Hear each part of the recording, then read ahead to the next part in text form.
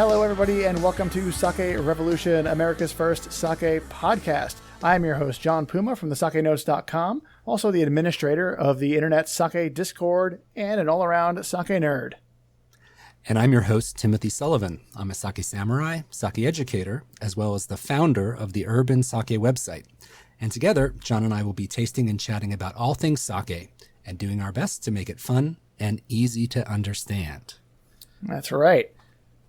Now, Tim, we're doing a little something different today. I am so excited. Yeah. Do you want to tell the listeners what we're doing? Well, we're going to explore a little bit of married to sake. Now, is this something? Are you trying to tell me? Is this like an intervention? Am I drinking too much? Or Well, you're not married to sake, John, but your wife is married to sake, and we're going to be welcoming a special guest, John's better half, Myshell Puma. Oh, hi. It's me, Myshell. Welcome. And I'm married to sake. We're going to talk all about that. It's so great to have you on our show. This is so exciting. I am so excited. I think the part I was looking forward to most was getting to see the education corner myself. Very exciting. It's a lot bigger than I thought. I think maybe you should start calling it an education foyer. I believe the foyer is for tasting, if I'm not mistaken. That's right. So the whole purpose of this episode is really to explore, first for John and then at a later episode for me, what's it like to marry into a sake nerd situation. So, Myshell, you're up first. You're our first victim for this short series. and please, let's keep it short. So you are our very first married to sake VIP. And I have to ask you as my first question, how long have you been married to sake? How long have you and John been together? Well, we've been together for 8 years, but we got married in 2016. So I guess I've technically been married to sake for only half that time.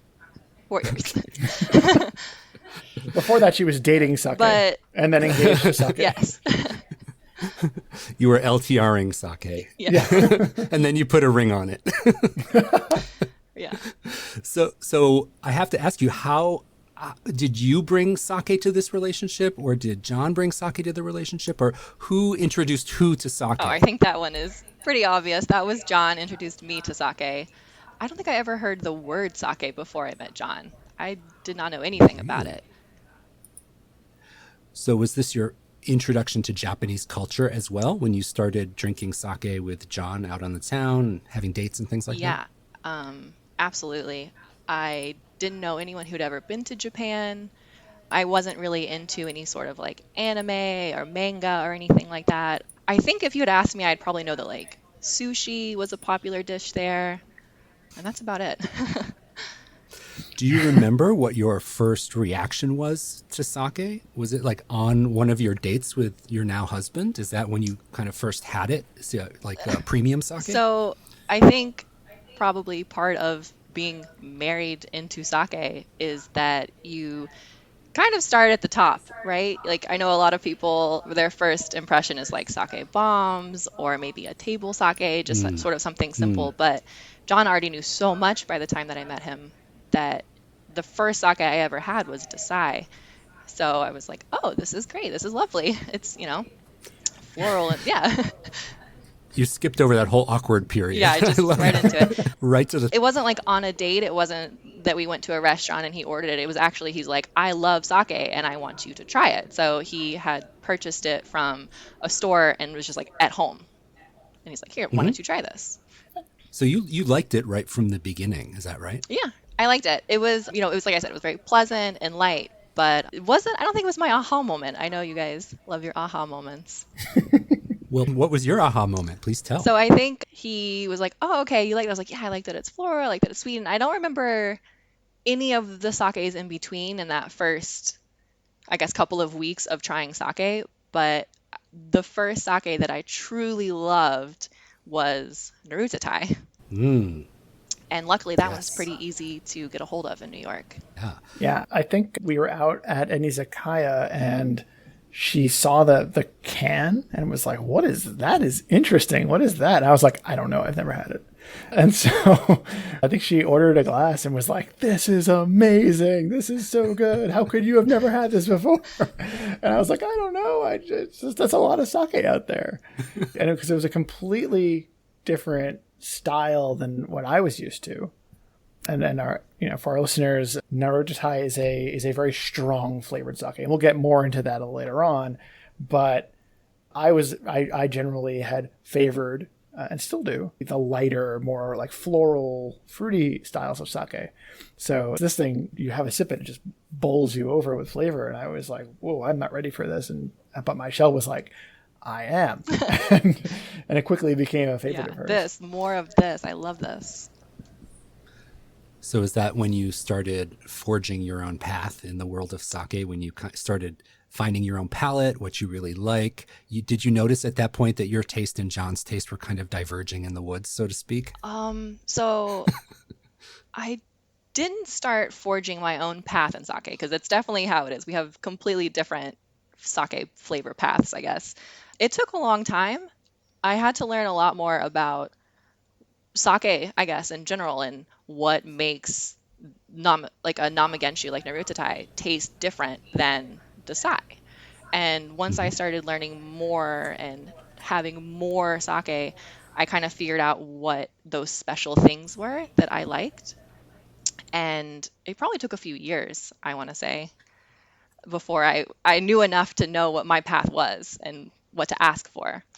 When we first went to Japan and we were asking for recommendations on sake, I would always say, I like Nama Genshu, because here that means a bold flavor. But in Japan, you can actually get a lot of Nama Genshu that is a much lighter taste and isn't as sort of robust as Narutotai is. So I kind of had to learn more terminology to continue to break down what I'm looking for. Yeah. And for our listeners who are joining us maybe for the first time, Nama Genshu is the unpasteurized and undiluted style of sake that's really rich. And as you said, Myshell, in the States, it's really bold and juicy and full-bodied. And that's something that you really connected with. Can I ask you, before you got into sake, did you have any other favorite type of drink that you would say was a hobby of yours? Like, did you really love cocktails or beer or wine or anything like that? I don't think I had any one thing that was like a hobby or anything like that. I definitely probably always liked, sour and sweet and like big flavors in general. Mm-hmm. But didn't really have a lot of experience with any specific type of alcohol. You mentioned a moment ago that you have taken some trips to Japan. I'd be really curious to hear from you what your experiences were there, if you had any really memorable sake experiences there, if you went primarily to experience sake, or were you just consider yourself more of a general tourist? Like, what was your agenda going there, and what kind of noteworthy experiences did you have? So I've been there, I guess, 9 times now. And that answer is different as time has gone on. So the very first time I went to Japan was, I want to say, like 3 or 4 months after that first sake experience. And John had already been quite a few times. And so I was just 100%, I'm here to learn, and just you do what you know how to do. And I'm just tagging along, and, you're the expert sort of thing. Did you say 3 to 4 months after your first sake experience? Yeah. Wow. That's on the fast track, Tim. This is totally fast tracked. Yes. Wow. Yeah, I think that's such a big part of it, is that when you get involved with or married to someone who is so into sake, you really start like all the way at the other end. He knew what the different types of sake were, and that you could even ask for things like that. So you were like a sake sponge, just absorbing all the knowledge. Yeah. I think on that Japan trip, though, I wasn't like, I want to drink all the sake that's there.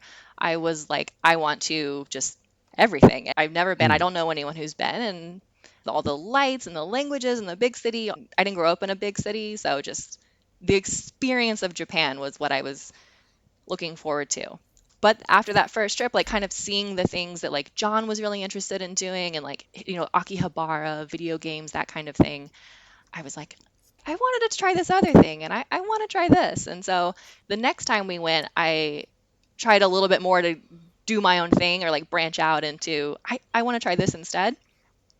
And I think, when we're coming back to New York, we're going to a lot of different restaurants. We're going to sake events like Joy of Sake, that kind of thing. And I'm starting to learn, like I said, more about what makes sake sake and all the different special things that make each one taste special. And I think it was when I went to an event in New York City for Gifu. It was like a Gifu sake and food sort of event. And that was the first time I had had multiple types of sake all from the same place, like back to back, all at the same time. And it was like this click where I was like, oh, I can see the notes that all of these different like breweries have in common. The place is an important part of the flavor of sake. And after that is when I started to really pay attention to where the sake that I enjoyed was from. And Hiroshima is like the standout place that I really loved. And I learned a lot about how Hiroshima's water is special and that sort of thing. So when we go back to Japan, I'm asking for sake from Hiroshima and sweet sake. And that was great. I learned a lot from that. But I kept getting the same sake everywhere that I went, mostly in Tokyo at this time. And I was like, right. And that's like because she would ask for a recommendation based on like a profile, and then they'd go, oh, this one. And it was always like the same one. Yeah. And that's when I started to realize, well, if I always ask for the same thing, something from Hiroshima or something sweet or both, I'm always going to get the same thing. So I started asking the bartenders, well, where are you from? Do you have any sake from there? And they'd get pretty excited and they'd be like, oh, well, yes, or something close. And they would pour it for me and then start telling me about what it was like there.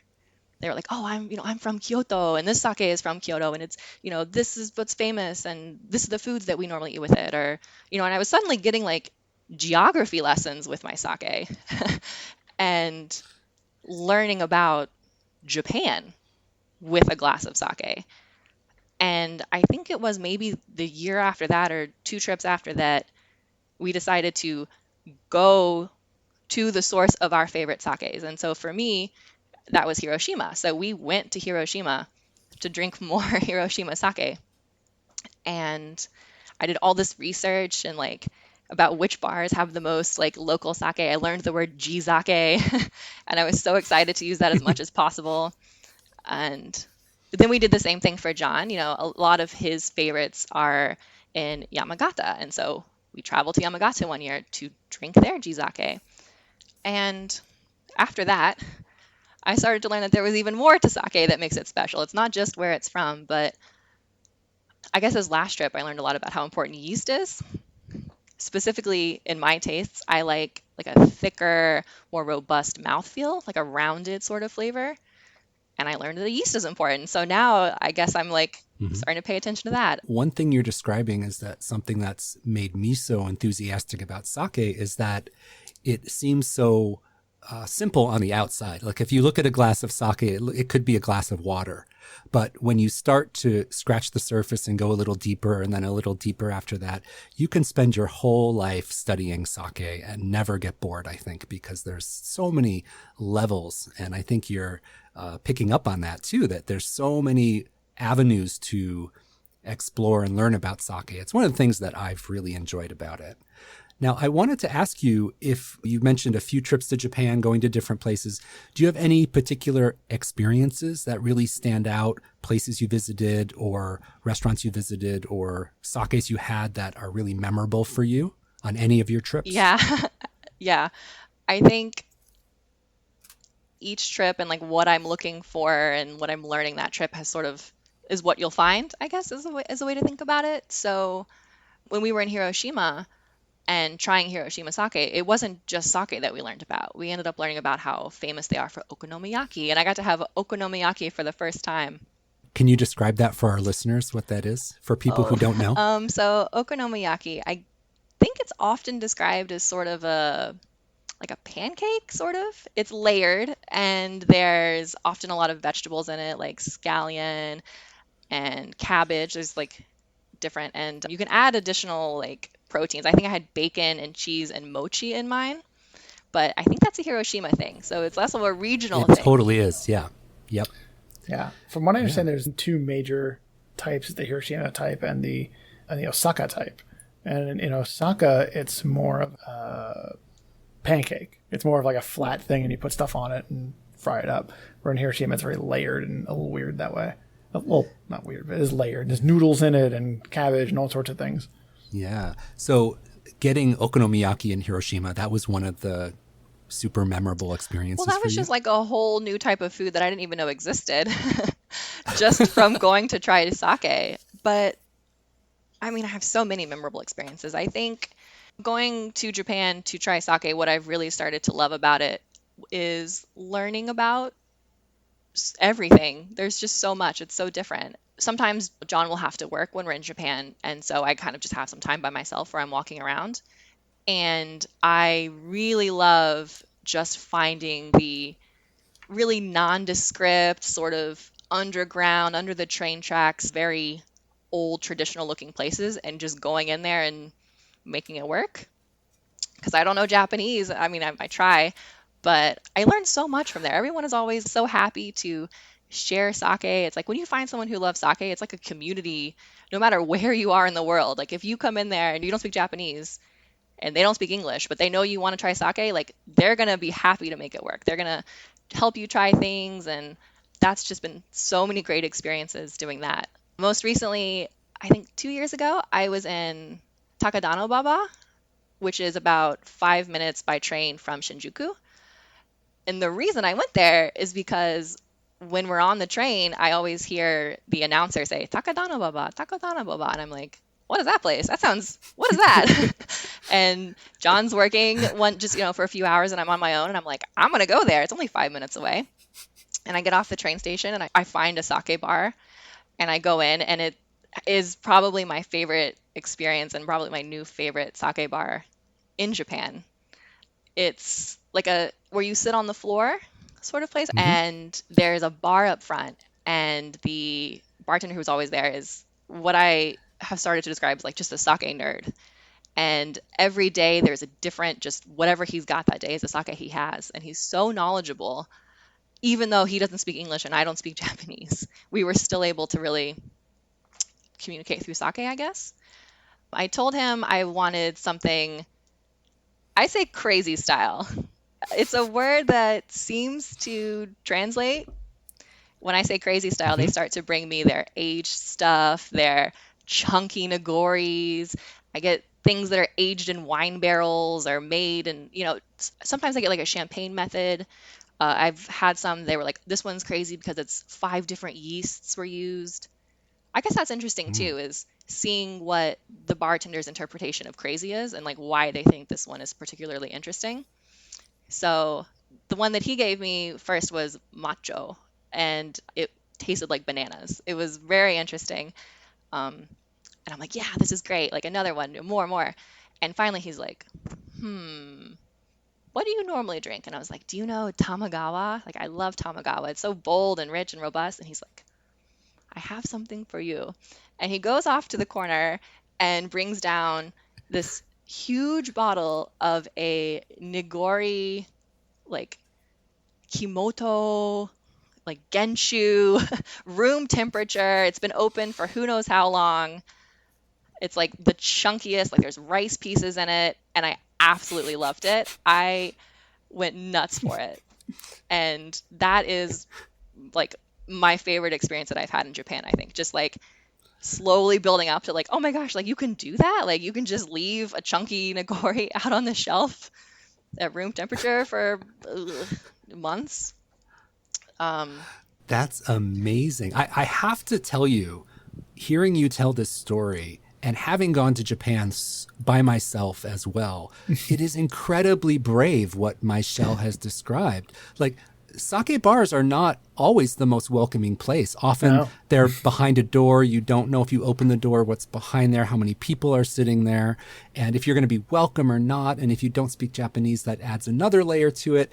But to hear you like marching into these bars and communicating your love of sake, that is incredibly brave from my point of view, someone who's quite timid about approaching strangers or, not wanting to bother anybody or say the wrong thing. And you're like going right in there with your love of sake front and center. I think that's so amazing. That's really admirable. I definitely went through a phase where I was scared to try those sorts of things, and also sort of what's the worst that can happen? Like, it doesn't work out, like, sumimasen, so sorry, and you leave. It's just the kind of place where it's something new every day. Yeah. But, they had great stuff. And when we went back this year, the guy remembered me. He's like, oh, I have Tamagawa for you. Oh, that's so sweet. Yeah, it's good. Well, I think the number of non-Japanese foreigners marching in there by themselves, asking for quote unquote crazy sake, I think that would be a memorable experience for them. Probably. Yeah. This going into places that you don't know and just asking for sake is a Myshell thing. I guess that's something I started doing on that second trip. That was the difference between the first and the second. Yeah, it was that we were walking past a place, she recognized a bottle in the window and said, "Oh, we know that sake. Let's go in there." And I'm like, "But we don't know if they have any English in there or anything like that." And she's like, "So we'll figure it out." Oh, that was the thing. I learned some key kanji, I guess. The most important one for that second trip being what Dei Wazakura looks like, the label. And anytime we'd walk by windows, I'd be like, "Hey, that's Dei Wazakura." And I know that we like that, and I know what it looks like. And so we can walk in and ask for Dei Wazakura and then go from there. Yeah. And that worked. It was great. So all this talk about sake, it's getting me thirsty. And Yeah, so Myshell, you mentioned earlier one of your original favorite sakes, and we've prepared this today. So why don't you do a little intro for us, Myshell, and tell us what we're going to be all tasting together. So Tim and John told me that since I'm going to be the guest on the episode, I get to pick my favorite sake for us all to drink together. And Narutotai, my aha moment sake, I thought it would be perfect for everyone. It is a Ginjo Nama Genshu. And let's see, what else should I say about it? It's one of my favorites. I realized a few hours ago, I was like, oh no, now the boys are going to have to drink this. Like, this is so different from what they normally like. And I feel a little bit bad. Don't feel bad. So this one it's from Honke Matsura Brewery, which is in Tokushima Prefecture. Yep. And it's 18% alcohol, so that's the Genshu part. It's a Genshu lover's Genshu. Yeah. And the SMV is +5, so that's that measurement of how sweet or dry a sake is. So +5 is like, medium dry. And this is unpasteurized and Ginjo, so it's the alcohol added style. And I think it's very important for our listeners that we describe this bottle as well. Yeah. It is a unique very, one. very unusual. So how would you describe the It bottle? kind of looks like a can of kerosene to me. Like, if you guys ever had those like oil like for like lamps, it's a silver tub, maybe like a. I think it's aluminum, right? Yeah. All right. You guys have yours ready to go? Absolutely. Okay.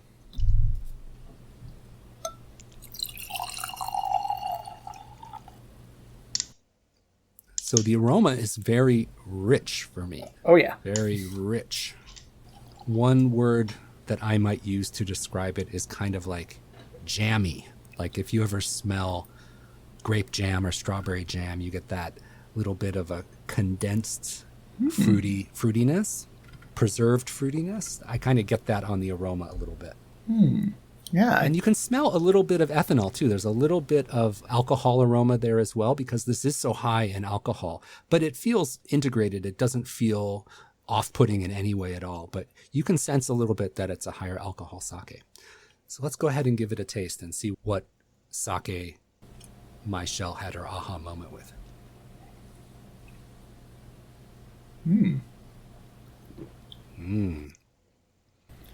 Ooh, that is a lot. Very rich. So, Myshell, why don't you talk us through this and let us know what parts of the flavor, what you like, what appeals to you, what your memories are, anything you want to say about this sake. I like I think mouthfeel I mentioned before. It's like very round and full, a little bit juicy, but it is a very robust flavor. It carries all throughout. It doesn't sort of build up or drop off. It's just there, and I love that about it. And especially, I guess, 8 years ago when I was first trying sake, this really stood out. It was so different from anything else. And I think that's what really caught my eye. It's almost a little vanilla-y, I think. So even though it's so robust, it's still refined. It goes really well with food. It goes really well by itself. As it starts to sort of warm up, I still like that as well. I like it cold. I like everything about it.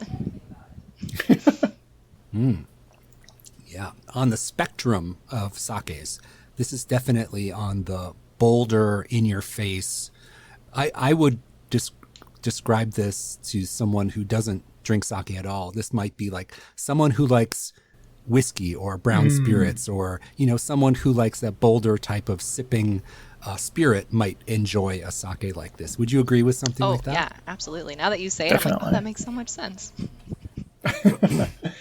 Yeah. There was a long period during our visits to Japan when we would both order drinks, and the waiter or waitress would inevitably bring her sake and put it in front of me and put my sake in front of her.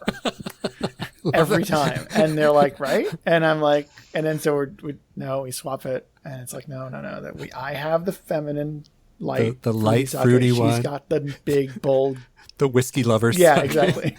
Every time. I think we were somewhere in Tokyo, and small bar trying all the sake, and they sort of done me like an oyaji, like, oh, you want the dry, the rich, the crazy stuff. Yeah. So oyaji means like the old man. Yeah. I just tried it. I was like, let's see what happens. And at a different bar we went to recently, I asked, like, can I have oyaji style sake? Interested in what he would bring, what he considers that to mean. And it was a very dry sake. And I was like, oh, okay, this is interesting. And we were with our friend who is from Japan and who lives in Japan. And I was like, what do you think? Like, if you think about oyaji sake? And he's like, oh, the label is so oyaji. It was like painted and shaped, and yeah, it had that very old, like 50s or 60s like style artwork on it. It was very old school. Now, do you enjoy visiting sake breweries more, or do you enjoy visiting restaurants or having cultural experiences?